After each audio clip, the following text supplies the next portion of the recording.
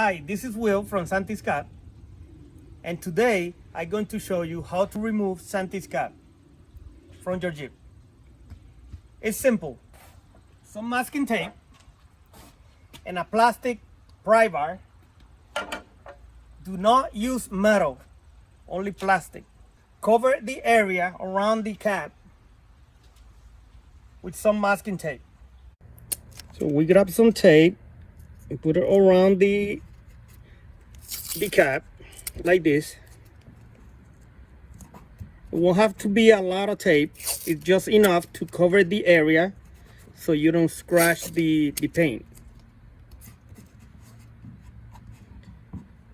And then get the pry bar, put it in between the paint and the cap, work your way in, and then give it a little twist. Again, if you want to install it, it's really simple again.